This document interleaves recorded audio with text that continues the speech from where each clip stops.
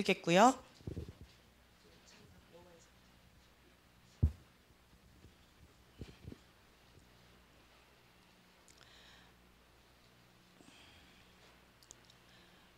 (2절부터) 7절까지 베드로후서 1장 2절부터 7절까지 한 목소리로 읽겠습니다. 시작. 하나님과 우리 주 예수를 알므로 은혜와 평강이 너희에게 더욱 많을지어다. 그의 신기한 능력으로 생명과 경건에 속한 모든 것을 우리에게 주셨으니 이는 자기의 영광과 덕으로서 우리를 부르신 이를 알므로 말미암음이라. 이로써 그 보배롭고 지극히 큰 약속을 우리에게 주사 이 약속으로 말미암아 너희가 정욕 때문에 세상에서 썩어질 것을 피하여 신성한 성품에 참여하는 자가 되게 하려 하셨느니라. 그러므로 너희가 더욱 힘써 너희 믿음의 덕을, 덕의 지식을, 지식의 절제를, 절제의 인내를, 인내의 경건을, 경건의 형제 우애를, 형제 우애의 사랑을 더하라. 아멘. 네, 아멘. 데이 315 보면은 그리스도를 닮은 성품에 대해서 나와 있어요. 그리스도를 닮은 성품은 항상 남을 우선시한다 라고 되어 있고, 그리고 자기의 열정과 자기 훈련을 유지하고 계속해 나아가면서 겸손한 마음을 갖는다면 그들에게 불가능이란 없을 것이다 라는 말씀이 나와 있는데요. 우리가 인생을 살아가면서 우리 속사람에 대해서 가장 최고의 속사람은 그리스도의 성품을 닮아가는 것이고 신의 성품에 참여하는 것이다 라는 마음이 있어요. 그래서 세상에 썩어질 것, 부질없는 것, 정욕에 따라서 세상에 썩어질 것을 우리가 쫓아 나아가는 삶을 무의식 속에서 많이 하고 있다는 생각이 들었어요. 영적 전쟁, 무엇과의 싸움일까요? 평강을 잃어버리고 아웅다웅 싸우는 것은 무엇 때문일까요? 속사람 가운데 평강을 잃어버린 것은 무엇 때문일까요? 오늘 저에게 깨닫게 해주셨던 것은 신의 성품에 참여하면 이런 것 가운데 우리가 자유할 수 있다는 그런 사실을 제가 깨달았어요. 모라비안 폴에 가려고 하는 이유가 뭘까요? 그 거액을 들면서 얼마 드는지 아시죠? 예, 500단입니다. 훌쩍 넘는, 예, 뭐 단체 비용 전체가 아니라 1인당. 그 거액을 들면서 왜 모라비안 폴에 갈까요? 어떤 사람은 전세금 빼가지고 가기도 하고요. 뭐 이렇게 합니다. 왜 그럴까요? 그만한 가치를 두는 이유가 무엇일까요? 모라비안 폴에 가면 첫 번째로 오리엔테이션 때 하는 첫 마디가 있어요. 이곳에서는 영적 전쟁을 하지 않습니다. 하나님의 보좌 가운데 바로 들어가세요. 이게 첫 마디예요. 우리가 지금 이 세상 가운데 살아가면서, 자, 여러분들의 얼굴을 서로 한번 쳐다보세요. 영적 전쟁을 하고 있는 얼굴인지 아니면 삼천층에서 행복에 겨워서 날아다니고 있는 얼굴인지 한번 서로의 얼굴을 한번 바라보세요. 지금 여기 보니까 70% 이상은 영적 전쟁 가운데, 예, 지쳐있기도 하고 승리하고, 예, 굳은 결단 가운데 오신 분도 있고, 예, 소수의 분들은 이곳이 천국입니다 이런 고백으로 살아가시는 분도 계시는 것 같고요. 제가 깨닫는 것은 하나님께서 우리에게 원하시는 것이 있고, 그리고 우리가 주님의 말씀 가운데 순종하면서 나아가는 데 있어서 주님과의 친밀한 가운데 더 깊이 들어가는 것이 가장 큰 축복이다라는 생각이 들었어요. 여호와의 손이 짧아서 구원하지 못함도 아니다 라는 그 말씀이 있죠. 그 말씀처럼 하나님과 나 사이에 죄가 가로막혀서 하나님과 내가 멀리 떨어져 있는 것처럼 느껴지는 것입니다. 뭐 종이 한 장으로 눈을 가리든 하나의 제목으로 눈을 가리든 하나님을 보지 못하는 것은 마찬가지예요. 아주 두꺼운 이따만한 책으로 가리든 보지 못한다라는 것은 동일합니다. 이것을 걷어내야지만 주님을 바라볼 수 있고요, 숨을 트일 수가 있고 하나님 앞에 더 가까이 나아갈 수가 있어요. 하나님 존재 자체에 대해서 말씀하시는 것은 하나님은 사랑이시다. 사랑 그 자체라고 말씀하시고 또 내가 거룩하니 너희도 거룩하라 라고 말씀하셨어요. 주님 앞에 나아가면 나아갈수록 거룩을 사모하게 되고요. 죄에 대해서 민감하게 돼요.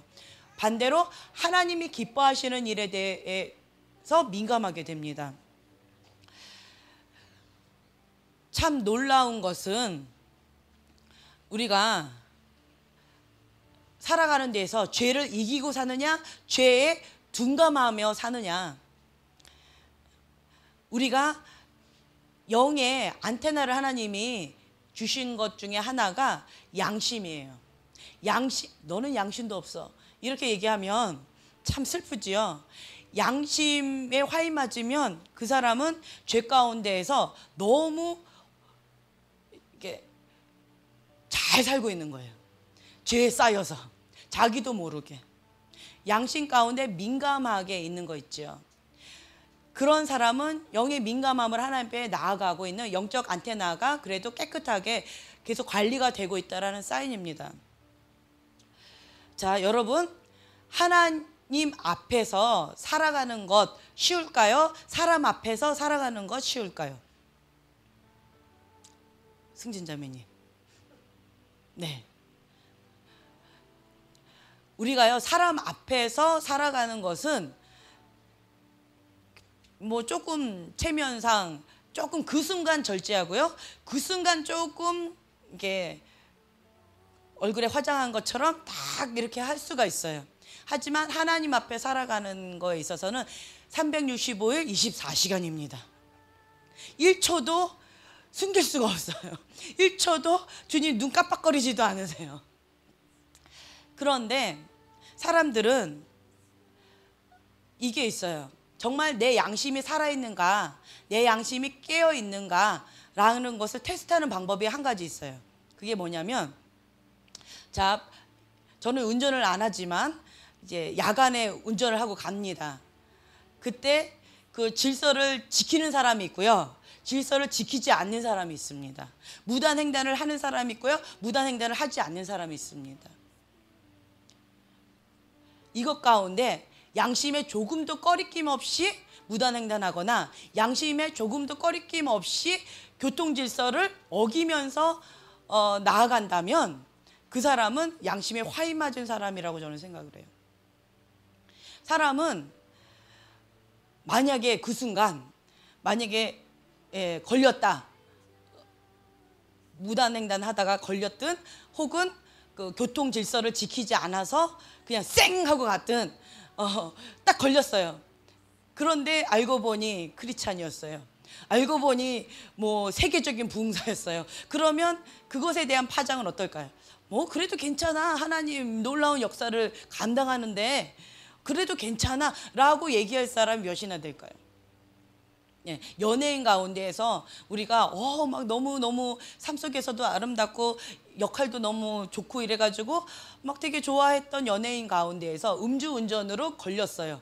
그러면 인기도가 어떻게 될까요? 그 하루아침에 예, 폭락합니다.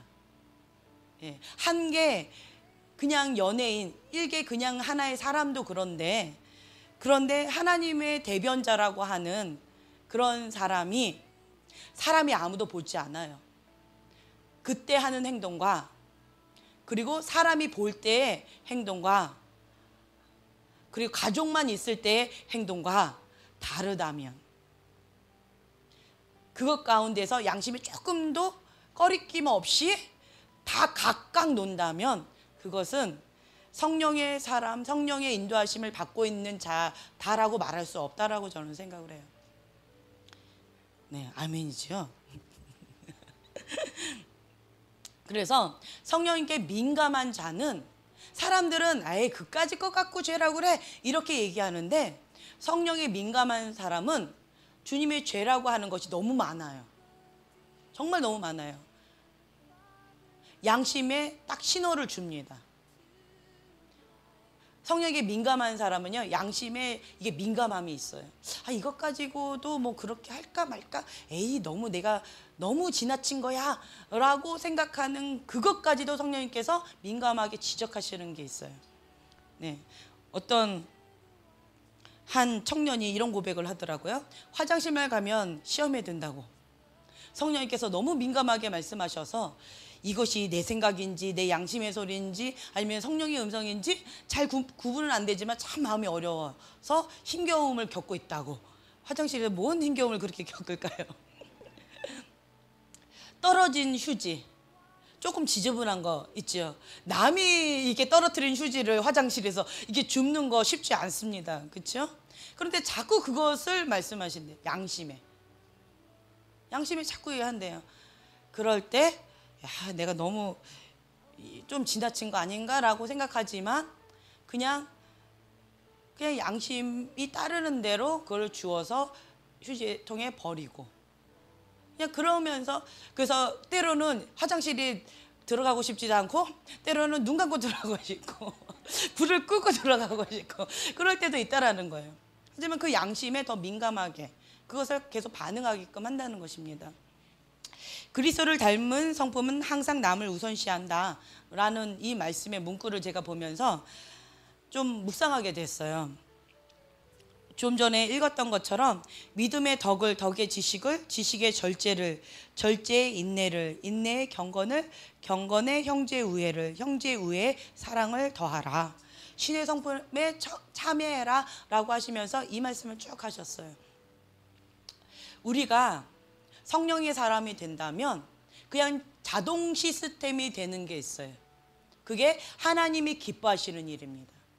그리고 죄를 짓는 게 너무너무 어려워요. 너 죽을래 죄 지을래? 나 그래도 못하겠는데 어떡하지? 이게 하나님의 사람이에요. 그런데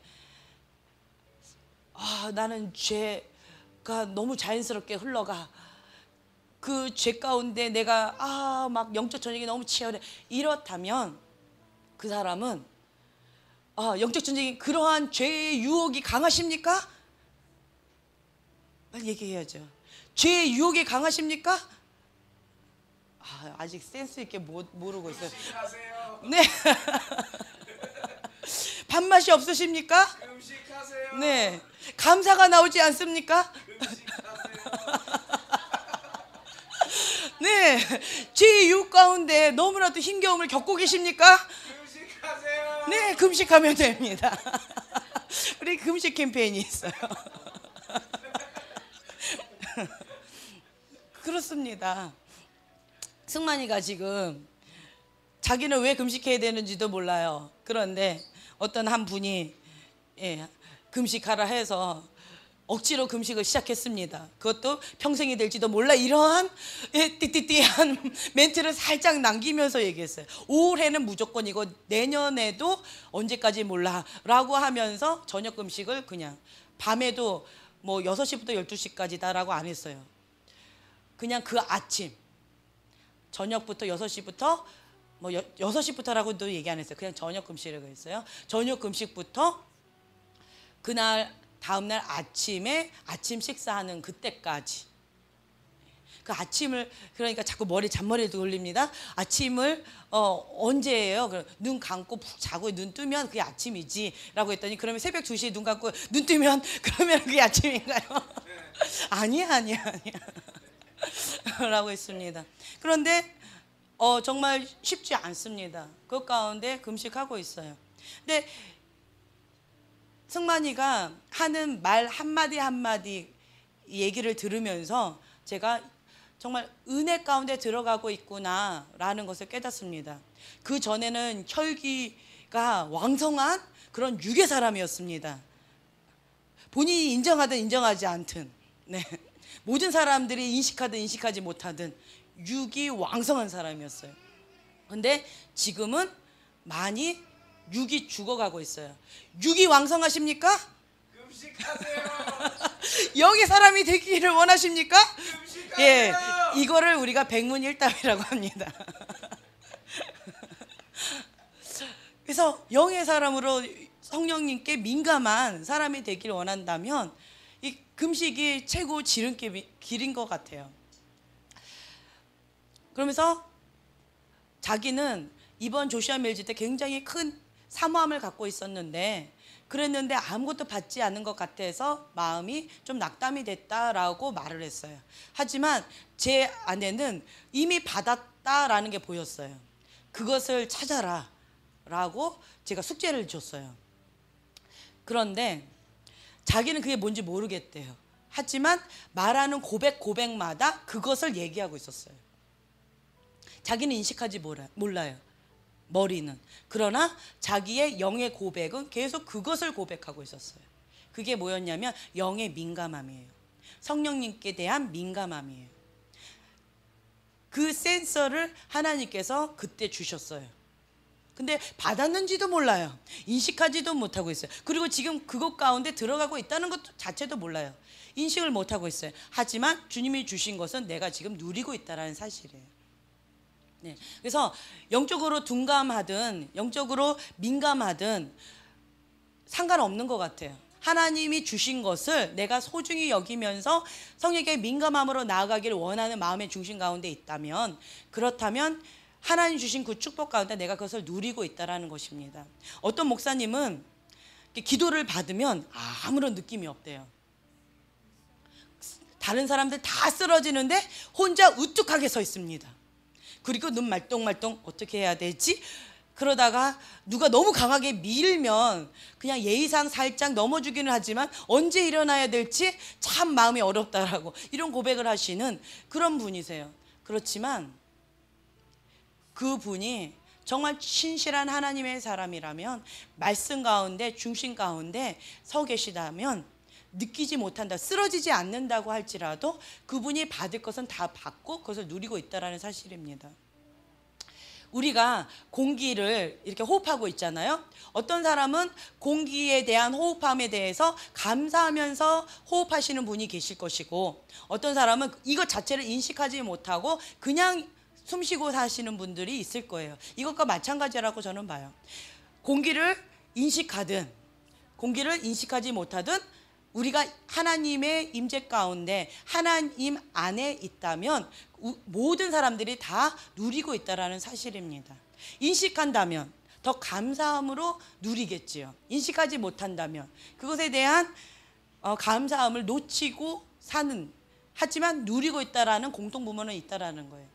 그래서 저는 영적으로 둔감하든 뭐 말씀하면서 영의 세계에서 터부시하든 뭐 상관없다라고 봐요. 오히려 말씀 가운데 신실하게 살 속에서 성령의 열매를 맺고 사시는 그런 분들에게도 정말 귀한 것들 배울 것이 참 많다라고 봅니다. 왼쪽 팔이 더 좋을까요? 오른쪽 팔이 더 좋을까요? 이거하고 저는 마찬가지라고 봐요. 둘 다 필요합니다. 균형 있게. 왼쪽 팔이 좋다고 해서 왼쪽 팔이 이렇게 크고 오른쪽 팔이 뭐 조금 내 생각에 좀 별로 그렇게 필요 없다고 해서 좀 작게 이럴 필요가 없다라는 거예요. 균형 있게 나아간다라면 그것이 가장 좋다라고 저는 생각을 합니다. 좀 책 다 보고 계시죠? 예, 316쪽에 보면 데이 316에 보면 하나님이 첫 번째고 두 번째는 가정이고 세 번째는 교회다. 이런 얘기를 많이 들어왔습니까, 여러분? 외국에서는 이렇게 얘기해요. 외국에서는. 저는 외국에 가서 이 얘기를 처음 들었어요. 그리고 저는 이것을 강조하고 있는 한국 사람이었었어요. 그런데 외국에서 이런 얘기를 하시는 분을 만나서 너무너무 행복했어요. 하지만 한국에서는 무엇을 강조하냐면 말로는 하지 않지만 사역자들 사이에 첫째가 교회예요. 둘째가 교인인지 하나님인지 헷갈릴 때가 많아요. 그리고 셋째가 그렇고 가정은 5순위예요. 그래서 제가 결혼하고 나서 가장 슬펐던 것이 그 빨간 날 제일 싫어했어요. 왜냐하면 평일, 그래도 빨간 날이 아닌 날은 평일에는 새벽 새벽에 뭐 5시 새벽 기도 때문에 5시에 나가셨다가 새벽 1시 뭐 12시 뭐 늦으면 2시 뭐 이렇게 들어오셔요. 그런데 빨간 날은 아예 집에도 안 들어오십니다. 왜요? 교회 행사 때문에. 예, 뭐 어디 MT 간다고 가시는 거예요. 혹은 교회에서 아이들 뭐 학생부 그때 담당하셨는데 학생부들 그 아이들 뭐 이렇게 상담해주고 그 아이들을 위해서 뭘 하셔야 된다고 교회에서 밤새시는 거예요. 그래서 저는 빨간 날이 너무너무 싫었어요. 근데 우리만 그랬느냐? 아니에요. 한국 교회가 대부분이 그랬습니다. 근데 여기에서 보면 첫째는 하나님이고 둘째는 가정이고 셋째는 교회다. 이것이 외국에서는 이렇게 얘기를 하고 있어요. 저는 이거 맞다라고 강조하면서 외쳤어요. 그런데 이 책에는 뭐라고 나와 있냐면 하나님이 첫째가 되시면 둘째는 없다. 그 맞는 말인 것 같아요. 하나님이 첫째가 되면 둘째는 없다. 첫째는 하나님이었고요. 둘째는 가정이었어요. 가정 가운데서도 부부였어요. 그래서 저는 하나님이 박 목사님에 대해서 영적 권위자로 그 권위 아래 철저히 순복하라. 권위에 들어가지 않은 것에 대해서 회개하라. 이 말씀을 주셨기 때문에 그 권위에 들어가면서 그냥 하나님의 사람으로서 그냥 철저하게 순복했어요. 그랬더니 제 동생이나 저희 어머니 하시는 말씀이 뭐 조선시대의 여자도 아니고 완전 맹종의 맹종이고 이거는 몸종이라는 거예요. 그러면서 너무 이상하다고, 그렇게 살지 말라고, 이거는 형부가 우상이야 막 이러면서 저한테 뭐라고 막 얘기했었어요. 그러면 저는 얘기를 했죠. 쓴뿌리의 눈으로 보지 마 이러면서 부정적인 시간 예수로 물러가 이러면서 그냥 이렇게 살아왔던 것 같아요. 왜냐하면 첫째가 하나님이었고 하나님의 말씀이 권위 아래 들어가라 했기 때문에 나 나름대로 최선을 다해서 그 권위 아래 들어갔어요. 그러다 보니까 그리고는 나의 역할을 이게 최선을 다했던 것 같아요. 어저께 이제 승만이가 이제 저희 집에 왔었었는데 이런저런 얘기하다가 지금의 박 목사님은 예전의 모습과 너무너무 달라. 지금의 모습이 박 목사님이라고 생각하지 마라고 얘기했더니 되게 뜨아해요. 승만이 자꾸 얘기해요. 박 목사님은 가정적이지 않은 남편이라고. 아니야, 가정적이었어 라고 하면서 제가 막 좀 싸웠어요. 과거에는 이랬어 라고 하면서 아무리 얘기해도 인정하지 않아요. 저번에도 얘기했는데 인정하지 않고 이번에도 얘기했는데 인정하지 않고 그러면서 제가 주저리 제 의견을 아주 강압적으로 막 이러면서 과거를 회상하는 시간을 어저께 가졌는데 주한이가 100일 때 되던 그 애기였죠. 그때 강원도에서 저희 시어머니 차가 있어요. 근데 그 차를 박 목사님이 그때 전도사님이었죠. 그리고 저는 이제 사진 보셨죠. 애기 안고 있는 그 사진. 그때 시즌이에요. 이제 20대 중반이죠. 그때 시즌에 주차장에 있는 시어머니 차를 그 흰색 아발레가 있는데 앞으로 한 번 뒤로 한 번 이러더니만 그때 처음 운전한 거예요. 그게. 그러더니만 강원도에서 그 태백 산골에서 서울까지 운전하고 가겠다는 거예요. 제정신이십니까? 자살행위입니다. 가족들이 다 말려도 가겠다는 거예요. 어머니 이 차 저 주세요 이러고 가겠다는 거예요. 차에 눈이 멀으셨는지 어쨌는지 모르겠지만 가겠다는 거예요. 그래서 여보 내가 처음 운전하기 때문에 위험해. 당신은 기차 타고 가. 나는 이 차 몰고 갈 거야 라는 말에 제가 그냥 차의 앞좌석 조수석 있죠. 주한이 100일 된 아기를 안고 더석 앉았어요. 죽어도 같이 죽고 살아도 같이 살아야지. 나보고 지금 이 나이에 과부돼가지고 어떻게 살라고. 죽어도 같이 죽어야지 이러면서 그냥 탔어요. 그랬더니 막 말리다가 제가 너무 강하게 그러니까 그래 죽어도 같이 죽어? 그래 그러면 이러고는 탔어요. 타고는 갔는데 제가 이제 결혼 전에 제 기도 제목이 있었어요.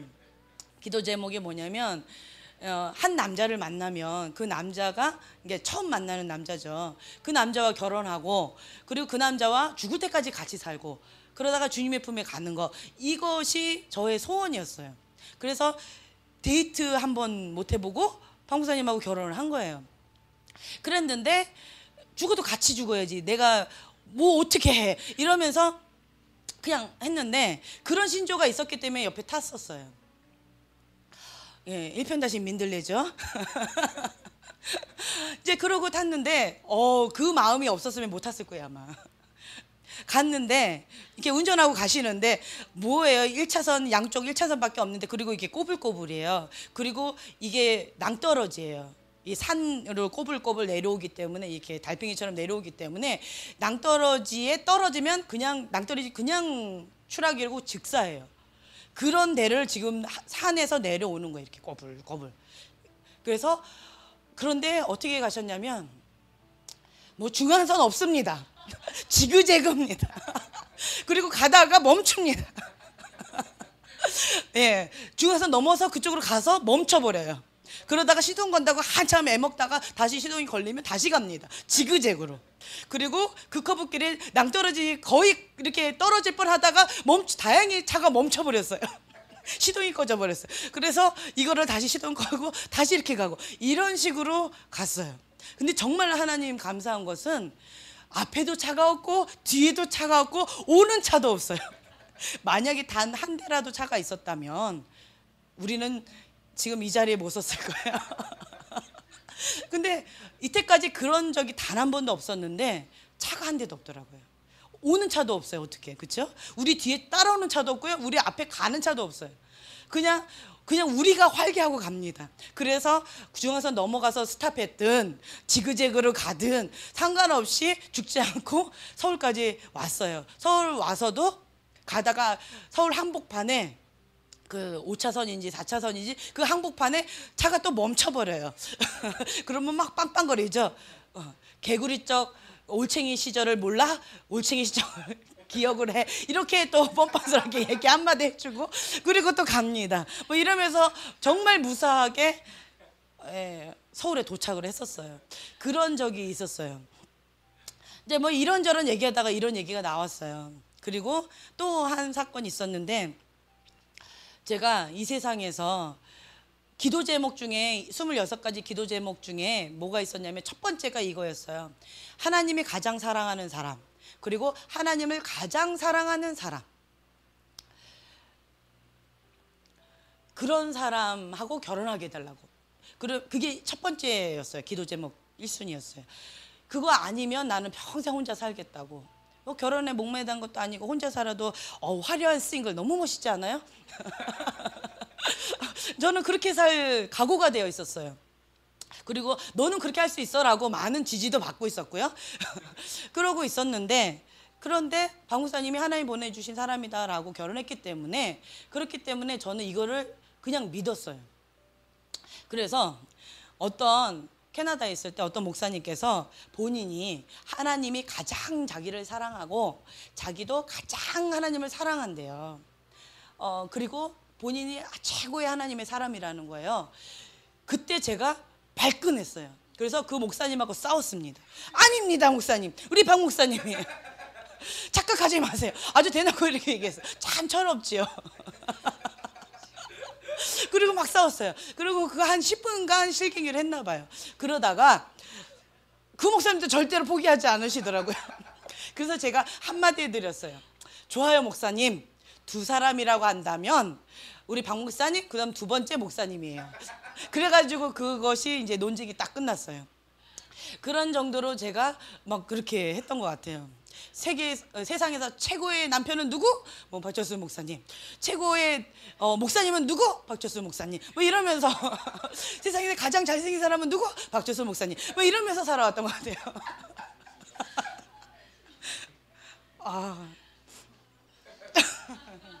그러고 살아왔었어요. 네, 이것도 백문일답이었어요. 이제 이러면서 살아왔던 그런 시절들을 이제 얘기를 했죠. 그리고 이제 박 목사님도 이제 이렇게 사랑하면서 이렇게 같이 결혼했기 때문에, 그리고 가정에 대한 꿈이 제가 참 컸어요. 가정이 저희가 깨졌었잖아요. 그래서 저의 한 가지 소원은 하나님의 아름다운 가정을 꾸려나가는 거였어요. 그렇기 때문에 이제 그거였죠. 한 사람하고 결혼하고 한 사람하고 그냥 끝나는 거. 네, 죽을 때까지 이렇다. 이제 이런 걸로 제가 가정에 대한 꿈이 이제 컸었어요. 그래서 첫째는 하나님, 그리고 둘째는 가정, 그리고 셋째는 뭐 교회. 이게 맞다라고 강력하게 주장하고 그렇게 믿었고 외쳤어요. 이제 그러고 살아왔는데 그랬는데 제가 얼마 전에 어떤 목사님 예언을 이렇게 했어요.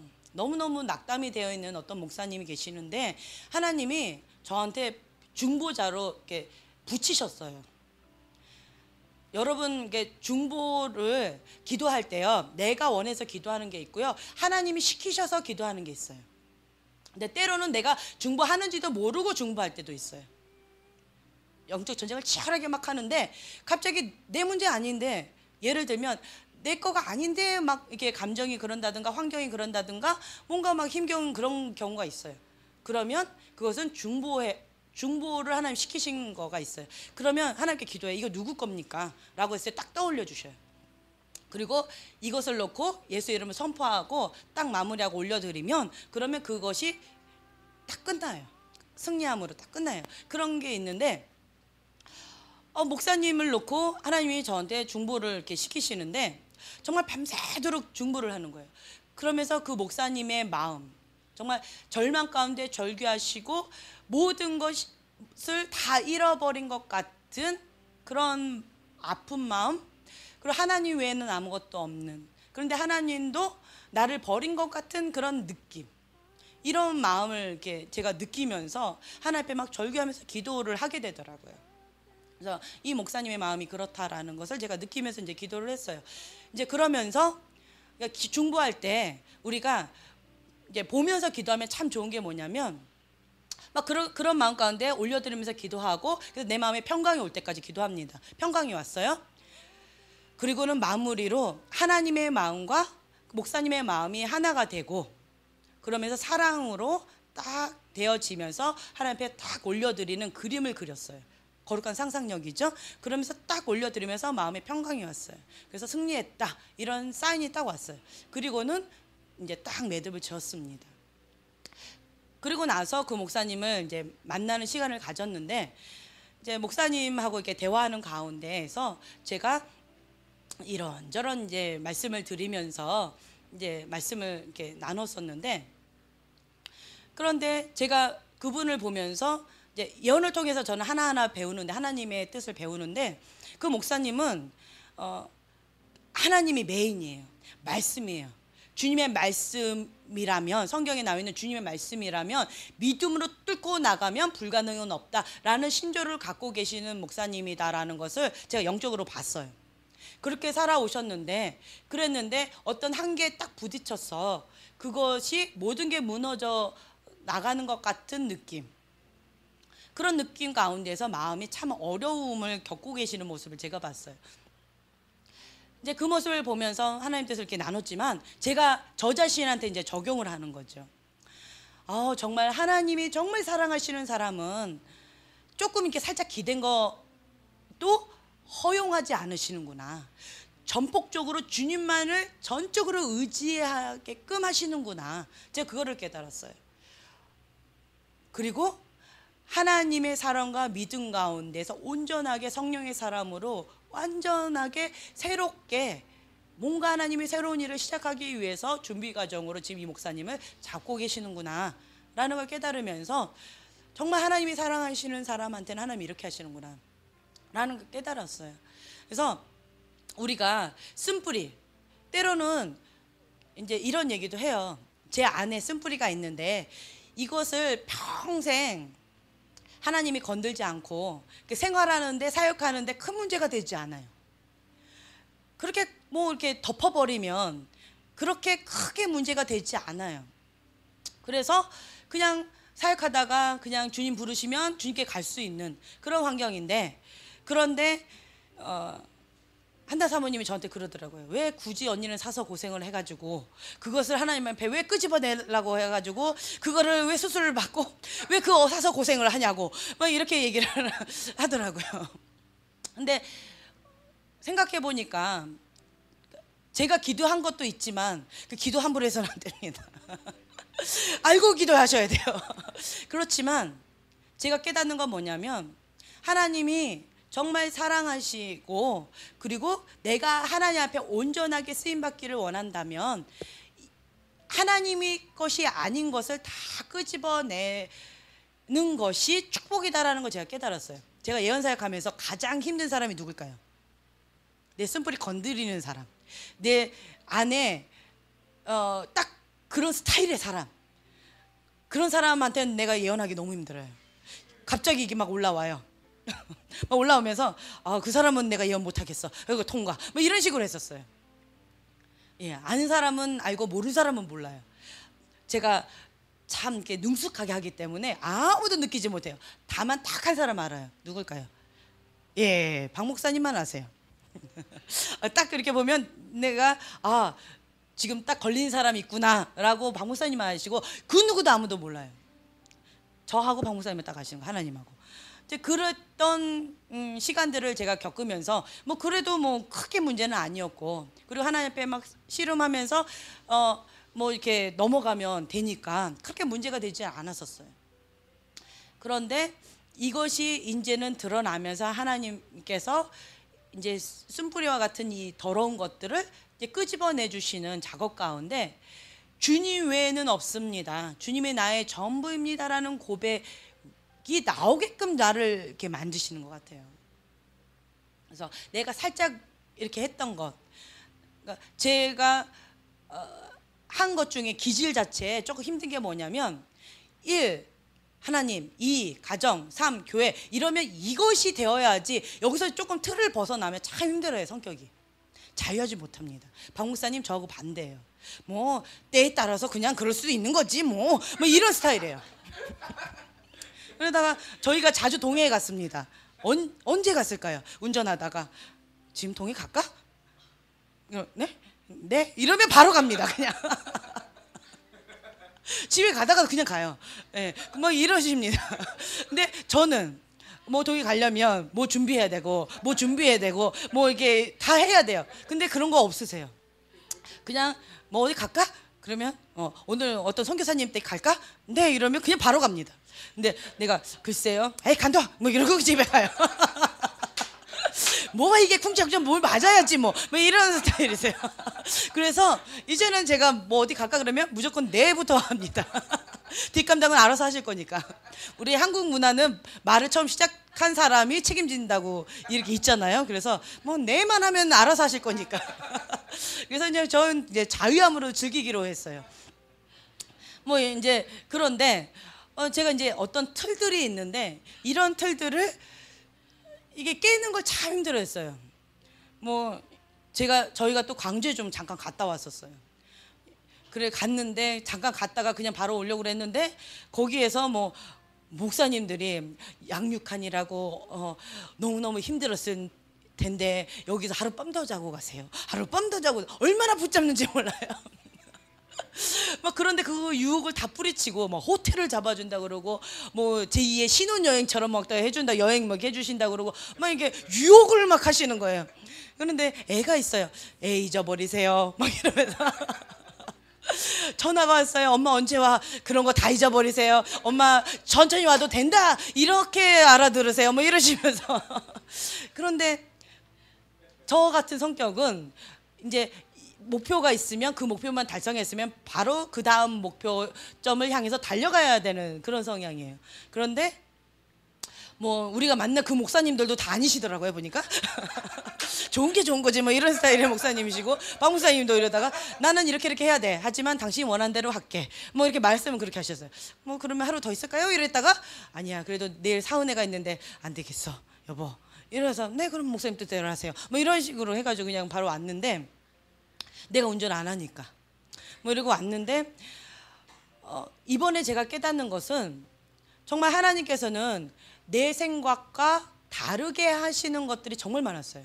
하나님의 생각과 내 생각이 다르다라고 했는데 정말 많이 달랐어요. 정말 순간순간 많이 달라요.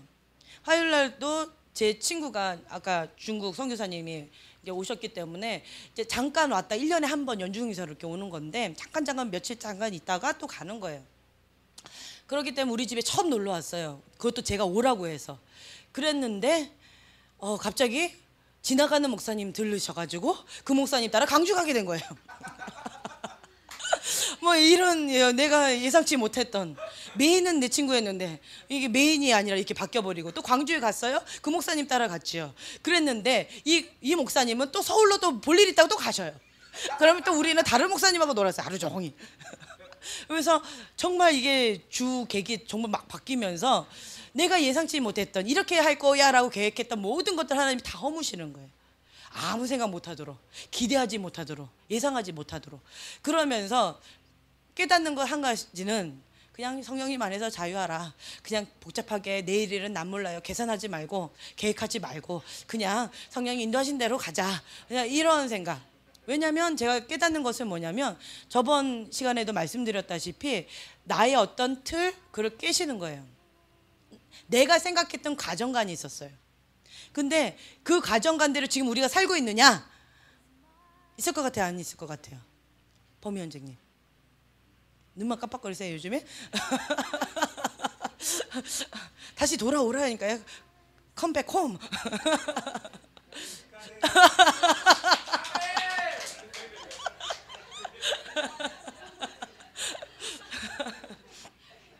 내가 생각했던 가정의 모습하고는 너무 달라요. 어떤 부분에 있어서는 정반대인 모습도 있어요. 그리고 뭐 너무 달라요. 그래서 이제 이런 것들에 있어서 내가 어떻게 해야 될까 이제 이런 고민들이 있어요. 그리고 박무사님께서 말씀하시는 게 가정관들 막 있잖아요. 이제 그런 것과 현실과 그리고 뭐 이렇게 하나님 안에서의 가정관과 이제 여러 가지로 접목시켜서 이것이 일치되어서 나아가는 그런 가정 가운데 있는데 저는 저 나름대로 이렇게 씨름을 하고 있는데 참 재밌는 것은 우리 교회 오신 분들이 대부분이 고백을 하세요. 가정이 회복되었어요. 예, 가정에 평강이 와요. 천국이 임하고 있어요. 이런 간증들이 참 많아요. 그래서 참 감사했었어요. 가정에 대해서 저희가 너무 소중하게 생각했기 때문에 깨어진 가정, 방구사님도 깨어진 가정이죠. 그리고 저희도 깨어진 가정이죠. 그런 가정 가운데에서 하나님의 아름다운 가정에 대한 소중함과 그것에 대한 비전, 그래서 아름다운 가정을 가꾸어 나아가는 데 있어서 도움이 되는 사역을 하고 싶다라는 비전을 갖고 있었고요. 그리고 우리가 가정사역단으로서 하나님의 쓰임받기를 원했었어요. 그래서 우리 가정의 전체가 가정사역단인 거죠. 그래서 한국에 처음에 왔을 때 주한이 경환이 데리고 우리 네 가족이 함께 전국을 순회하면서 사역하고 다녔던 거였고요. 네. 그리고 그 데이비 호거 목사님을 보면서 더 도전을 받았어요. 이제 그런 모습으로 가는 게 너무 좋겠다라고 해서 우리 경환이 여기 왔잖아요. 아버지 주한 경환아 너 뭐 되고 싶니? 몰라요? 근데 그러면 뭐는 싫으니? 라고 했을 때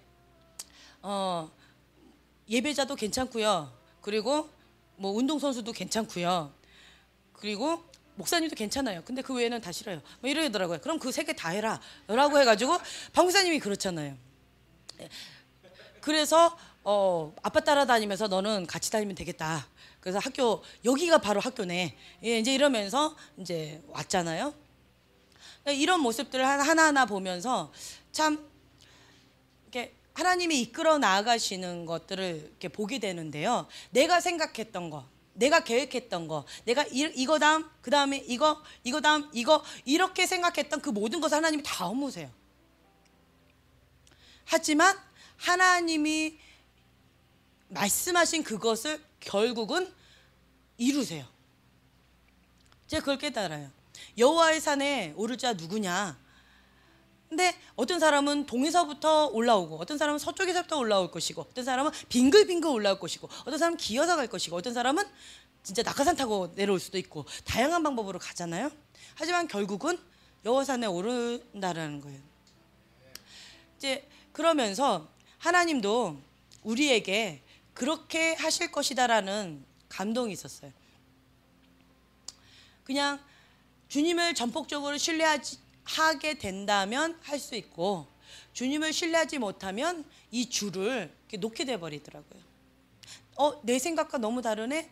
내가 생각했던 그런 방향성과 계획이 너무 다르네 하고, 이거는 아닌데라고 마음 가운데 낙담하거나 좌절하게 되면 이 줄을 놓는 거예요. 그러면 뚝 떨어지면서 원상 그냥 원점으로 돌아가는 거가 되겠죠.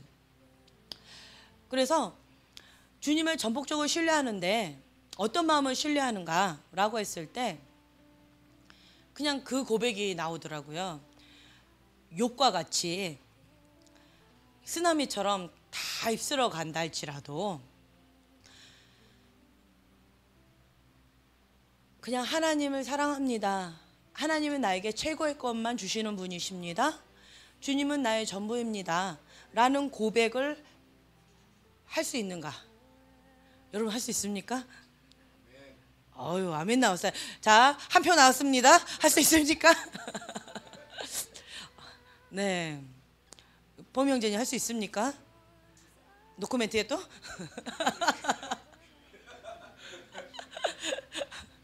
네. 우리 승지자매님 할 수 있습니까? 눈치 봐요? 근데 하나님께서는요, 이거를 이렇게 원하시는 것 같은 느낌을 받았어요. 아까 그 목사님에게. 그럼에도 불구하고 너는 나를 신뢰하느냐? 그럼에도 불구하고 너는 나를 따를 수 있느냐?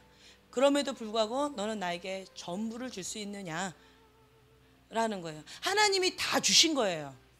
그 축복도, 자녀도, 재산도, 환경도 다 주신 거예요. 근데 한순간에 다 걷어가세요. 주신 분도 주님이시요 걷어가시는 분도 주님이십니다. 예, 그 고백 가운데 하나님이 7배로 더 갚아주시죠. 갚아주셨을 때는 우리가 할렐루야 하겠지만 그 다 걷어가셨을 때 이 고백이 나오겠느냐고요. 참 쉽지 않아요. 아브라함에게 이삭을 주신 분도 하나님이세요. 근데 그걸 걷어가시겠다고 하시는 분도 하나님이세요. 하나님이 원하시는 것은 이삭 걷어가는 걸 원하신 게 아니었어요. 그 재산과 모든 축복을 다 걷어가는 게 하나님이 원하시는 것이 아니었어요. 그 마음의 중심, 이제야 너가 나를 경외하는 줄 알았노라, 그거를 원하셨던 거예요. 마지막 그 마음의 중심의 고백을. 그래서 제가 지금까지 이렇게 살아오면서 그래 나름대로 신실하게 하나님 앞에 최선을 다하고 살았다 했는데 내가 원하지 않는 이 쓴뿌리, 그리고 내가 원하지 않는 것, 이걸 또 건드림으로 인해서 막 죽음의 늪을 건넜습니다. 네, 죽음의 늪을 건넜어요. 그래서 그 늪에서 헤어나오고 있는 과정 가운데 있어요. 그래서 여러분들은 우리가 최바닥일 때 만났어요. 우리가 최상일 때 만난 게 아니라 최바닥일 때 만난 분들이세요, 여러분들은. 근데 그러면서 이렇게 헤어나오고 있는 그런 과정 가운데 있는데 그 죽음의 늪을 맛봤습니다. 쓴맛이 무엇인지 압니다. 너가 개맛을 아느냐? 이런 것처럼 죽음의 늪을 건너지 못한 사람들은 이 맛을 몰라요.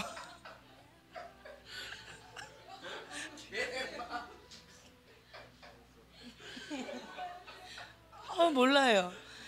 이 맛을 몰라요. 근데 저도 과거에는 몰랐던 것 같아요. 그냥 온실 속에 공주처럼 살다가 박 목사님은 저를 만나서 왕궁 진짜 뭐 객지 생활만 하다가 따뜻한 곳에서 그냥 이렇게 편안하게 집 안에서 살 수 있는 행복의 시작이었습니다. 근데 저는 최하의 인생이 세상 가운데 이런 것도 있구나, 정말 이런 밑바닥도 있구나, 뭐 이런 것들을 많이 경험하면서 내 마음이 정말 많이 가난해졌어요. 여러분 그거 경험하셨어요? 집이 없어서 쫓겨날까봐 뭐 고민하는 거. 그건 저는 먼 이게 사람들의 얘기인 줄 알았어요. 그런데 우리의 얘기였어요. 그래서 그런 얘기 들으면 뭐 1616 뭐 그 전화 한 통하면 2,000원입니다. 예전에는 착한 마음에 전화 한 통화했습니다. 지금은요 정말 간절한 마음으로 정말 중보하는 마음이 막 나오면서 막 한 통하고 두 통하고 막 합니다. 이처럼 마음의 중보로요. 마음이 이렇게 가난해졌어요. 그런 것을 이렇게 맛보면서 다른 사람을 배려하고 다른 사람 입장을 하나하나 알아가는 시간을 갖게 돼요. 제 동생 한나 사모님은 타고났어요. 목자적인 마음, 국률의 마음.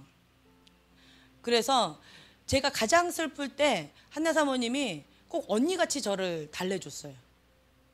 제가 등치만 컸지 제 동생이 언니였어요. 저를 이끌어서 은혜 자리로 데려가고 주한이 경원이 다 들쳐업고 손잡고 처녀가 그러고 갑니다. 저는 뒤에 쫄래쫄래 따라갑니다. 그리고 은혜 자리 갔어요. 막 고속버스 타고 이러면서 2시간 걸려서 막 그러면서 갔었어요. 언니 하나 살려보겠다고. 막 그러면서 아가씨 때부터 그렇게 막 했었어요. 언니였어요. 그리고 제가 가장 낙담 가운데 울고 있으면 토닥거리면서 언니 평상시에 이거 갖고 싶었지, 언니 이거 가져, 울지 마고 막 울면서 이거 줘요. 그러면 저는 고마워 이러고 딱 받고 그러고 그래 이러고 마음이 알아줍니다. 내가 너무너무 갖고 싶었는데. 그리고 때로는 제가 또 그랬어요. 나 울고 있는데 나 그거 줘. 그러면 안 울게. 막 이러면서. 그럼 또 착한 한나 사모님 그거 줍니다. 언니 울지 마. 막 이러면서. 정말 착했어요. 뭐 이런 가정 가운데 타고났어요. 그 국률의 마음이. 그래서 정말 목양적인 예언자예요. 한나 사모님은. 그 영혼에 대한 국률의 마음도 있고 사랑도 있고 그리고 남을 배려하는 마음이 참 커요. 목자적인 게 참 많아요. 그래서 어릴 때부터 제가 한나 사모님을 통해서 그거를 많이 배웠어요. 저는요 목자적인 게 뭐 많으면 5, 100점 만점에 5 뭐 이랬던 것 같아요. 그리고 지금 현재 그거를 하나하나 배워가고 있어요. 배워가고 있으면서 제가 이제 이러고 있는데 제 한나 사모님이 또 이렇게 얘기하더라고요. 언니 천성에도 없는 목자적인 거 기름 부음 받는다고 얼마나 고생이 많아. 위로해 줍니다. 왜 언니 사서 고생하나 막 이러면서 마음 안타까워서 중보가 막 저절로 나온대요. 그래서 언니를 어떻게 하면 도와줄 수 있을까 뭐 이러면서 고민을 해요. 자기가 고마워 막 이러면서. 그래서 참 감사해요. 하나님 앞에 그냥 마음이 이렇게 낮아지면서 그 환경적인 것 가운데 어려움을 겪어보니까 어려움에 대한 두려움이 이제 조금씩 없어지는 것 같아요. 방수사님이 군대에 가셔서 그냥 돗자리 하나 깔고 잠만 그러니까 돗자리만 있으면 잠만 어디서든 잠 잘 수 있구나. 그리고 먹을 것만 먹으면 어디서든 살 수 있구나. 이거를 깨달았다라는 거예요. 그래서 저한테 청혼을 어떻게 했다고요? 하나님과 사랑하는 사람과 산다면 길바닥에 돗자리를 하나 깐다 해도 얼마나 행복할까. 나와 결혼해줘. 뭐 이러면서 청혼했다고 그랬잖아요. 집이 새는 초가집에 산다 해도 사랑하는 하나님과 사랑하는 사람과 산다면 얼마나 행복할까. 나와 결혼해줘. 뭐 이러는 거예요. 비가 새는 뭐 그거 알죠? 그 노래를 막 부르는 거예요. 그게 청혼가예요. 그래서 주여 난 그렇게까지 생각을 안 해봤는데 내가 마음이 많이 가난해져서 우리 친척들 굉장히 부자였어요. 그 부자인 친척들을 바라보면서 부자 별로 싫더라고요.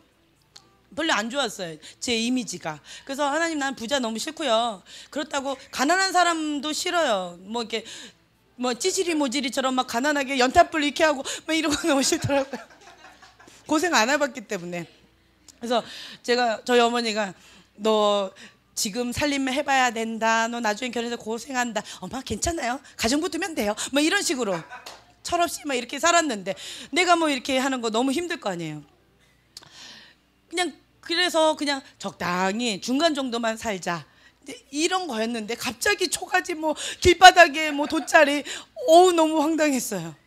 그런데 군대에서 살아보니까 먹는 거 있고 돗자리만 있으면 살겠더라. 이러면서 저한테도 강조하는 거예요. 주님과 함께하고 사랑하는 사람과 함께하는데 행복하지 않냐 이러면서 저한테 청혼을 하는 거죠. 그때 당시는 미쳤다고 그러면서 제가 거부했어요. 그랬더니만 나 안 미쳤어 이러고 쫓아다니더라고요. 그런데 제가 캐나다에 있을 때 유학생은 참 어렵잖아요. 그때 이 청혼의 이 고백을 붙들고 제가 버텨왔던 것 같아요. 그래도 우리 집에 비는 안 새잖아. 정말 감사해. 그래도 지금 돗자리 깔고 살지는 않네? 너무너무 감사해. 이러면서 감사하는 마음으로 계속 살았던 것 같아요. 마음 기준치를 많이 낮췄어요. 정말 필리핀에 갔더니 박스 있죠. 박스를 이렇게 펼쳐놓고 거기서 먹고 자고 하대요. 실제로 그렇게 사는 사람을 봤어요. 그리고 길 건너편에는 호화로운 큰 대형 몰이 있고요. 백화점 같이. 그래서 빈부 차이가 굉장히 큰가 봐요. 그런 걸 보면서 진짜 돗자리 깔고, 그러니까 돗자리도 없어서 박스 깔고 그렇게 사는 사람도 있구나 라는 걸 제가 보면서 나는 그렇게 안 사니 하나님 감사하네요.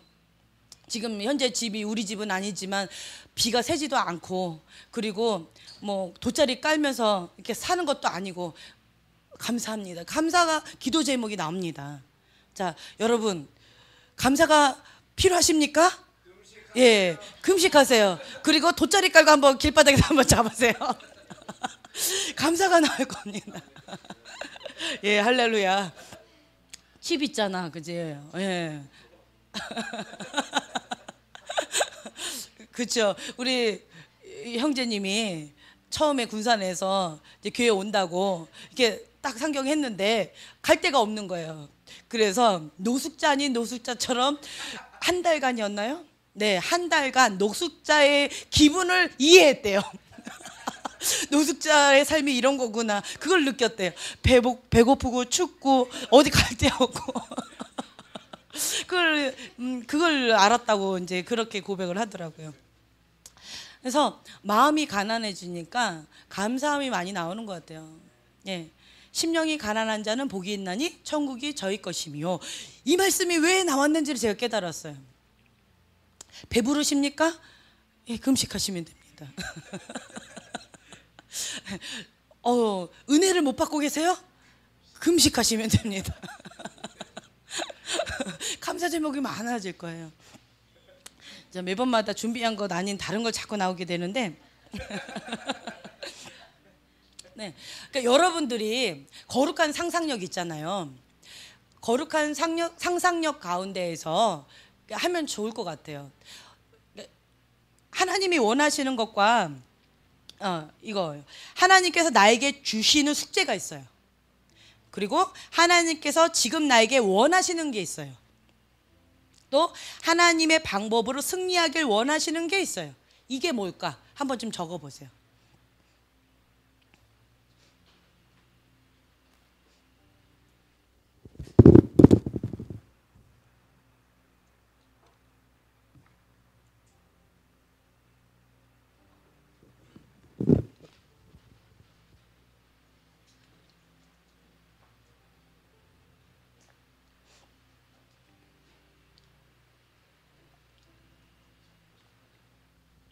네, 하나님께서 나에게 주시는 숙제.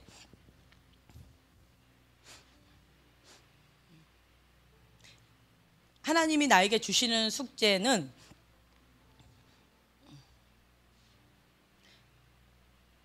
목적이라고 얘기할까요? 하나님이 주시는 숙제, 목적 큰 거. 그리고 하나님께서 지금 나에게 원하시는 것.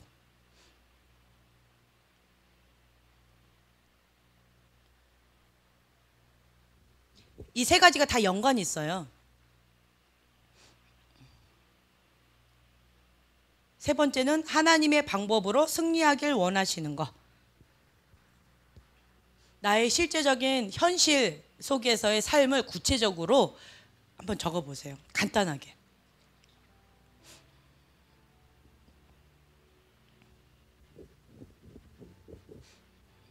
네. 예를 들어볼게요. 하나님이 나에게 주시는 숙제. 저 자신은 쓴뿌리 제거하는 거. 네. 그 쓴뿌리는 이거다. 이게 숙제예요.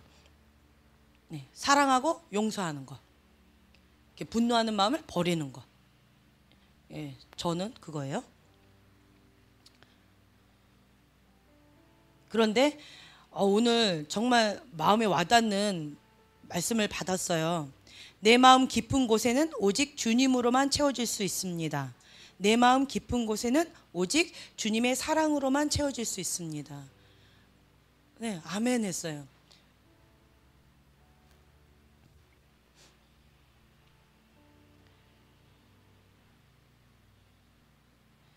그리고 두 번째, 하나님께서 지금 나에게 원하시는 게 있어요. 그거는 저희 부르심하고도 연관이 있다라는 생각이 들었어요. 저 같은 경우는 중보예요.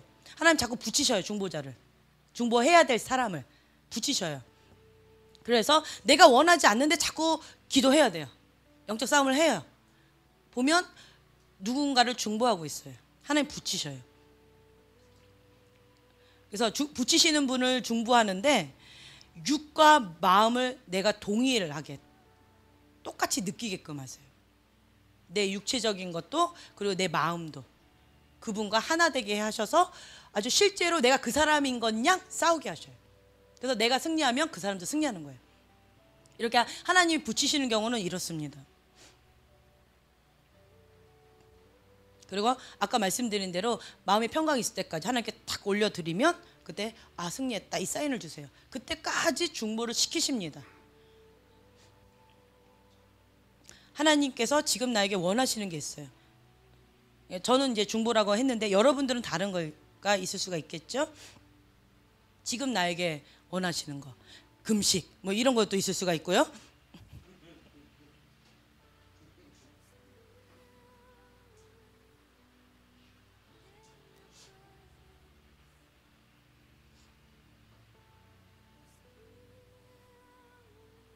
네, 다 쓰셨죠? 자, 세 번째는 하나님의 방법으로 승리하길 원하시는 것 있다. 하나님의 방법으로 승리하길 원하시는 것이 있다. 하나님의 방법. 그게 뭘까?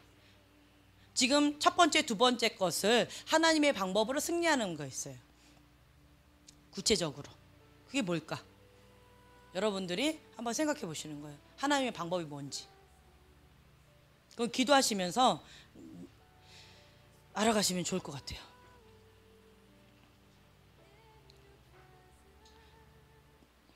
저 같은 경우는 뭐냐면 나의 싸움은 혈과 육이 아니다. 영적 싸움이다 라는 거예요. 그래서 내 감정, 아까 계속 말씀드린 거, 내 틀 있죠. 이거 다음에 이거 될 것이다, 이거 다음에 이거 될 것이다 했던 그런 모든 것들, 그리고 내가 생각했던 어떤 상, 이런 그 모든 것들, 인간적인 기대감, 이런 모든 것들을 하나님이 이렇게 무너뜨리고 계시는 모습을 제가 봐요. 그럴 때는 그거를 그냥 무너지게끔 내버려 두는 거예요. 그리고 그 무너진 곳 가운데 하나님의 다림줄로 하나님이 세우시는 모습을 제가 봅니다. 기대하게 됩니다. 네, 저희 경우는 이래요. 네, 여러분들도 한번 적어보세요.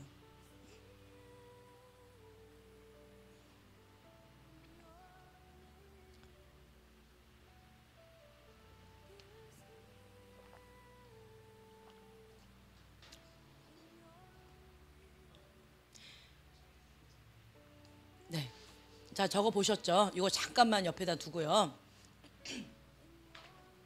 우리가 하나님이 주시는 사인에 민감한 자가 되어야 돼요. 우리가 예언스쿨을 하는데 예언스쿨을 하면서 도움이 되는 게 뭐냐면, 과거에 그냥 눈 감았는데 그냥 어떤 그림이 보였어요. 그렇죠? 어떤 그림이 보였는데 그냥 그런가 보다라고 그냥 넘어갈 수 있어요.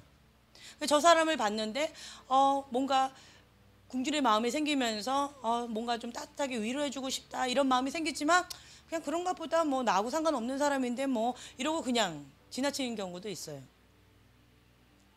그리고 저 사람을 딱 봤는데 결단, 용기 뭐 이런 글자가 보여요. 근데 뭐 그게 뭐 그냥 그런가 보다 그냥 그러고 넘겨요.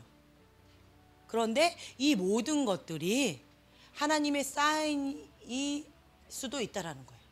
하나님의 사인. 예, 하나님의 사인에 민감한 자가 되는 연습을 하는 거예요. 그래서 우리가 봤을 때 눈으로 보는 거, 그거를 씨어라고 했잖아요.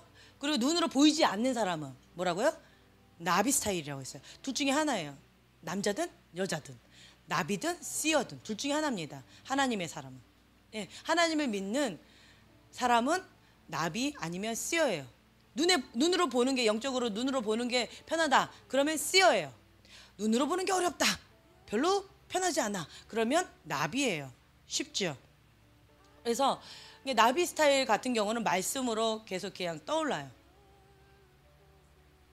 예, 그런 경우가 있고, 통찰력 말씀으로 이제 그러고 중보하면서 그냥 나도 모르게 어떤 말들이 막 나와요.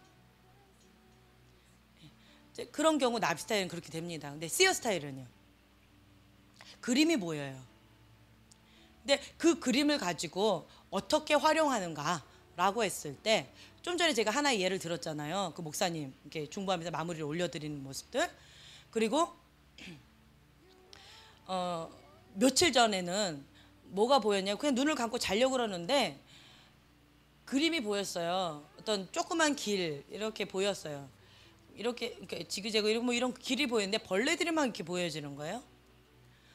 벌레가 이렇게 처음에는 작았는데 벌레들이 많아요. 개미떼처럼, 개미 동굴처럼 막 이렇게 있는 게 보였어요. 그리고 뭐 이렇게 집이 살짝 있는 것 같기도 하고 없는 것 같기도 하고 하면서 막 점점 많아져요. 자, 그걸 그림을 봤어요. 어떻게 할까요? 눈을 감았는데 그게 보였어요. 첫 번째, 눈을 떠버린다. 그리고 이게 뭐야 하고 그냥 팍 무시하고 잔다. 예.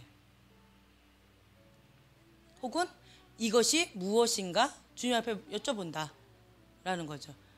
그랬을 때 벌레, 영적으로 벌레는 좋은 걸까요? 나쁜 걸까요? 나쁜 거겠죠. 주님께 물어봐요. 근데 이것이 머리 가운데에 벌레들이라는 거예요. 생각을 이렇게 침투하는 벌레들이죠. 그래서 그 그림을 봤죠. 그럴 때 거룩한 상상력으로 하는 거예요. 그것을 성령의 불로 태웁니다. 태운다고 성령의 불로 막 했는데 이게 안 태워져요. 점점 많아지고 안 태워져요. 그래서 제가 어떻게 했냐면 손을 들었어요. 그래서 그냥 이런 행동을 했어요. 손을 딱 들어서 그걸 잡고 성령의 용한 불에 푹 담궈요. 그러니까 행동을 이렇게 눈 감고 손을 들어서 이렇게 했어요. 잔다고 누웠던 사람이 갑자기 손 들고 이렇게 하면 좀 웃기긴 하잖아요. 그런데 겉으로 봤을 때는 모르잖아요, 사람들은. 근데 제가 연적으로 딱 잡고 그 그림을 보면서 딱 잡아요. 그리고 이렇게 내렸어요. 그 성령의 용한 불에 완전히 다 죽을 때까지 잠가 놓는 거예요. 그리고는 그것이 싹 사라질 때까지. 그래서 다 사라지더라고요. 그리고 그 용한 불에 깨끗하게 여러 번 씻습니다. 그리고 꺼내보고 깨끗해졌네 하고 또 이렇게 씻어서 깨끗해졌네. 그래서 완전히 반짝반짝 이렇게 될 때까지 이렇게 씻었어요. 그러고 나서 이렇게 평강이 왔어요. 처음에는 이게 뭔지 몰라요. 근데 벌레 뭐가 느낌이 안 좋은 거야 라고 해서 그것을 이렇게 씻어버릴 때 뭔지 몰라 하지만 그냥 좋은 거예요. 그렇죠? 그런데 성령께 물어보면 가르쳐 주는 경우도 많아요. 그래서 이것은 머리에 생각을 이렇게 침투하는 그런 벌레들이다라는 거. 누구 거예요까지는 안 물어봤어요. 근데 어찌됐든 누구 거든 뭐 상관이야. 그냥 눈에 보이니까 그냥 해버렸어요. 예. 근데 또 보이는 거예요. 또 남의 거, 또 누구 거가 있나 봐요. 그래서 또 했습니다. 예. 생각으로 침투하는 그 벌레들, 그걸 다 잡아 없애버리는 거예요. 그러면서 어떤 목사님이 딱 떠올랐어요. 정경 목사님이 떠올랐었어요. 정경 목사님은 그 사람을 딱 봐요. 자, 축사 사역이신 분들은 그것도 씨어예요. 그 사람을 보면 뭐가 보일까요? 예, 의사는 뭐가 보입니까? 병이 보입니다. 예.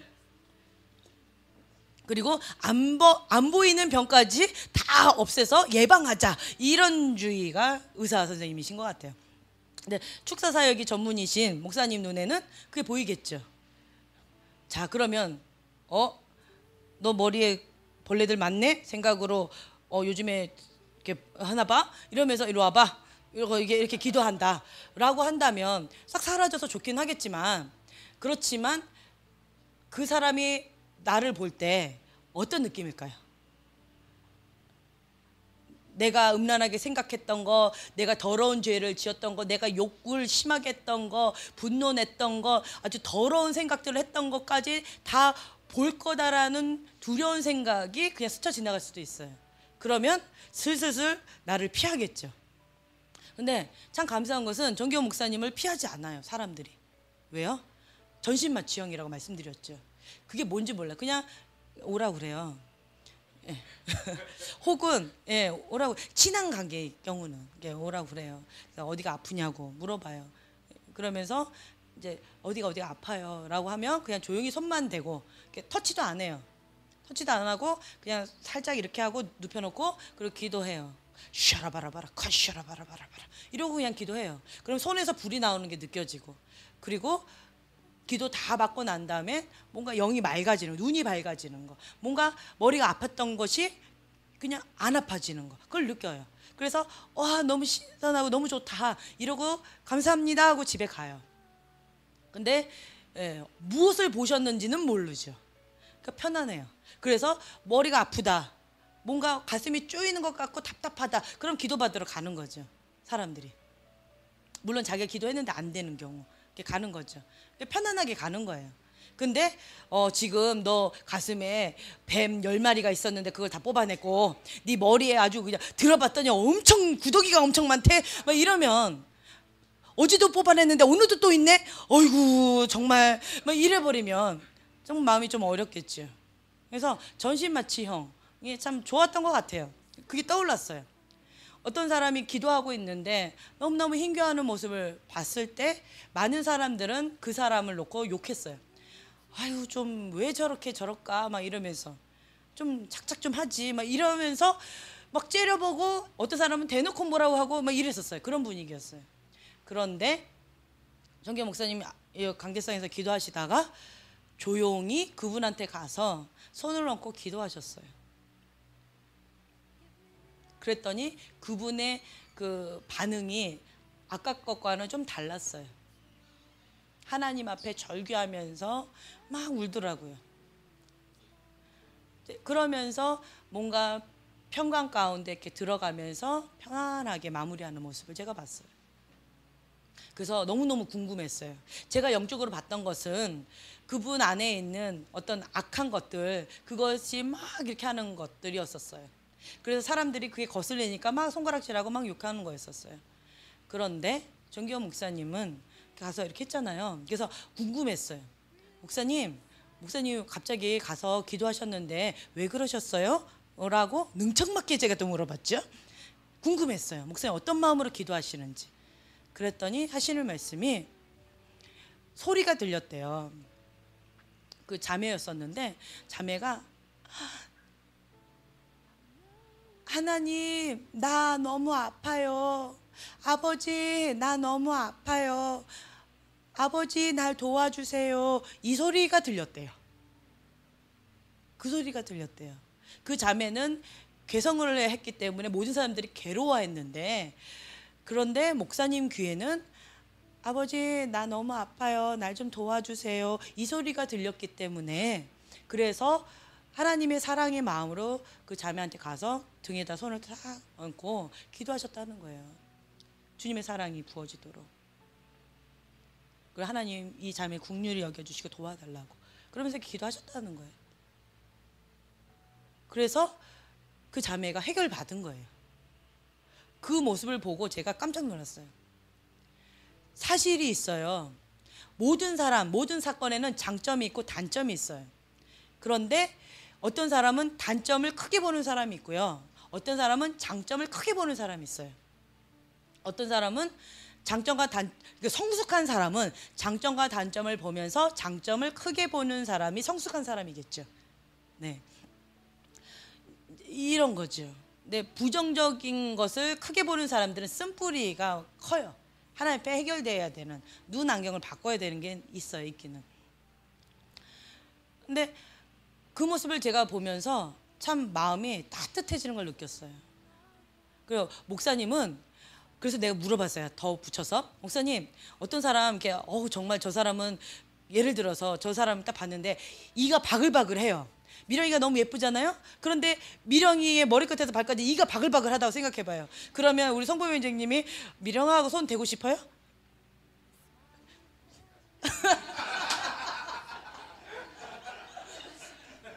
하고 싶겠어요?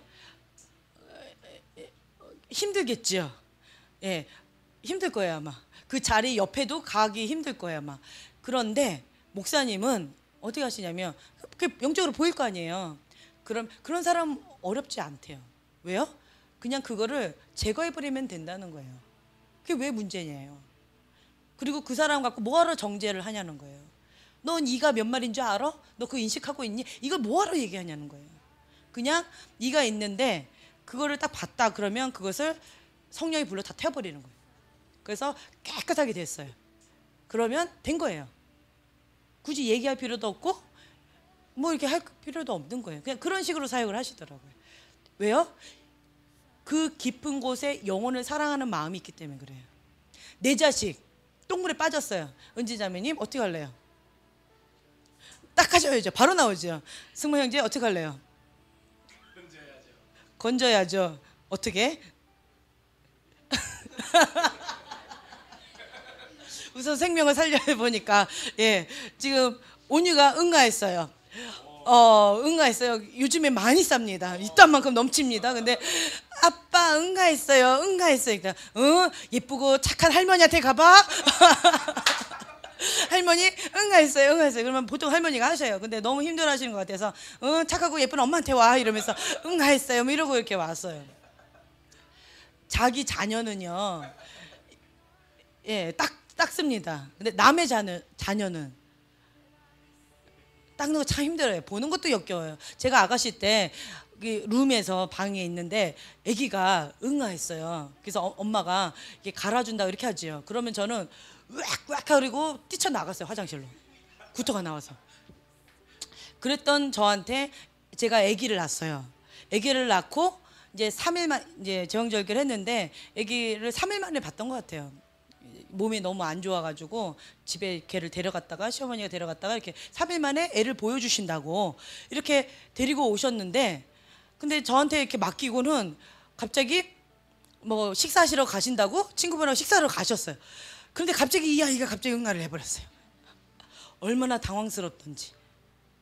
너무너무 당황해가지고 막 애 하나 갖고, 그때 한나 사모님 저를 간호해 준다고 이렇게 옆에 있었는데 우리 둘이서, 한나 사모님은 아가씨였죠. 나는 애 처음 보죠. 그리고 으악하던 사람인데 그리고 처음 보는 애기가 아직 적응도 안 들었어요. 남의 애 같아. 너무 달라요 나랑. 너무너무 신기하고 이상한데 닦아주려고 하니까 너무 괴로웠어요. 그래가지고 이걸 어떻게 해야 돼 막 이러면서 그냥 대충 이렇게 해가지고 그냥 해버렸어요. 그리고는 이제 나중에 이렇게 잘못하다가 정말 휴지 많이 해가지고 손에 안 묻게 이렇게 하다가 어느 날 갑자기 손에 묻어버렸어요. 소리를 비명을 빡 질렀죠. 으악 내 손에 묻었어 막 이러다가 나중에 이제 제 이 사고가 깨졌어요. 와, 똥도 만진 손인데 뭔들 못 만져 뭐 이러면서 예전에는 뭐 이렇게 할 때 항상 그 고무장갑을 끼고 했습니다. 그랬는데 싱크대에 있는 그것도 못 만졌어요. 보지도 못했어요. 너무 이게 비가 약해가지고 그걸 어떻게 봐. 끄집어내는 거는 고사하고 어떻게 봐 그걸 쳐다봐 이랬는데, 이제는 맨손으로도 가끔은 합니다. 가끔은 합니다. 맨손으로도. 왜요? 어떤 생각 때문에? 똥도 만진 손인데 뭔들 못 만져. 제일 더러운 게 똥이라는데 똥도 만진 손인데 뭔들 못해. 왜냐면 나중에 한번 해보세요. 애기 키울 때 기저귀 맨날 이렇게 빨아야 되는데, 똥기저귀 빨아야 되는데 손에 묻습니다. 아무리 안 묻으려고 해도 묻어요. 그래서 포기합니다. 그래서 여자는 약하지만 엄마는 위대하다라는 말이 나오는 것 같아요. 근데 그 다음부터 제가 비위가 강해졌어요. 남의 애기 똥도 잘 치웁니다. 네 얘기 내 얘기 없이 뭐 이렇게 잘 하게 되더라고요. 그러니까 엄마는 엄마는 아기가 똥 묻었으면 그러면 그걸 닦아줘요. 그리고 우리 애기 깨끗하다, 아유 예쁘다라고 얘기해요. 그런데 남의 애기는 어머 똥 쌌어, 저리 가, 똥 묻은 손으로 어디 날 만지려고 그래, 뭐 이렇게 해요. 이게 엄마와 타인의 마음이에요. 근데 그 목사님께서는 엄마의 마음, 아버지의 마음이 있는 거예요. 내 자녀에 이가 묻어 있는 거예요. 그러니까 그거를 싹 치워버리면 깨끗한 나의 사랑스러운 자녀의 모습으로 되어 있는 거죠. 그러니까 그런 마음으로 이렇게 대하시는 거예요. 영혼을 사랑하는 마음, 아버지의 마음이 있는 거예요. 제가 그 모습을 보면서 너무너무 귀하다. 그러면서 마음에 이렇게 딱 도전을 받았어요. 나도 그렇게 해야지. 근데 하루아침에 그렇게 되지는 않지만, 그렇지만 그거를 내가 모델로 딱 잡았어요. 그리고 뭐 문제가 있어? 괜찮아. 그럼 씻으면 돼. 청소하면 돼. 빨면 돼. 예, 이렇게 쉽게 생각하는 거예요. 나한테 능력이 있으면. 내 능력이 없으면, 내가 몸이 아파요. 그러면 누가 옆에 이렇게 있는 것도 힘들어요.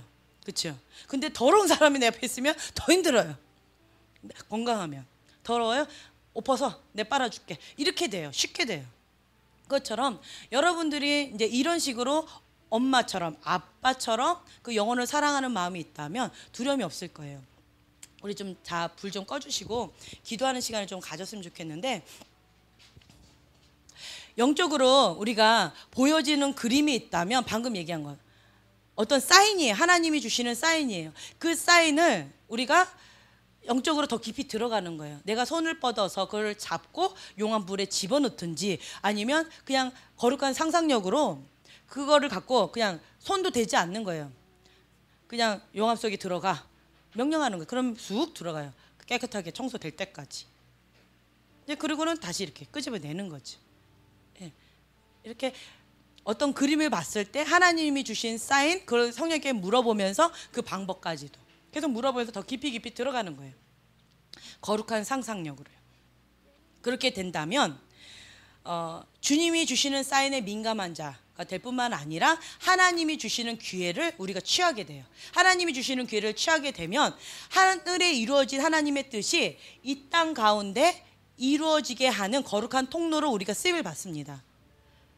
근데 그것보다 더 중요한 것은 뭐냐면 성령님께 민감한 자가 돼요.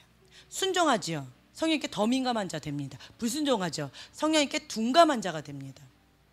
그래서 우리가 하나님의 나라가 이 땅 가운데 이루어지는 그 통로로 쓰임 받았다라는 결과도 중요하지만, 더 중요한 것은 하나님과 내가 더 밀접해졌다라는 거예요. 더 성령님께 민감해졌다라는 거. 하나님과의 친밀함 속에 더 깊어졌다라는 거. 그게 더 중요한 것 같아요. 우리가 이거 놓고 좀 기도했으면 좋겠어요. 불 꺼주시고요. 하나님의 능력에는 한계가 없기 때문에 무한하신 그 하나님의 능력을 우리가 의지하면서 나아가는 거예요. 하나님께서 나에게 주시는 숙제가 무엇인가? 그리고 지금 나에게 원하시는 것이 무엇인가? 하나님의 방법으로 승리하길 원하시는 것이 무엇인가? 이걸 놓고 우리가 오늘 기도하겠습니다.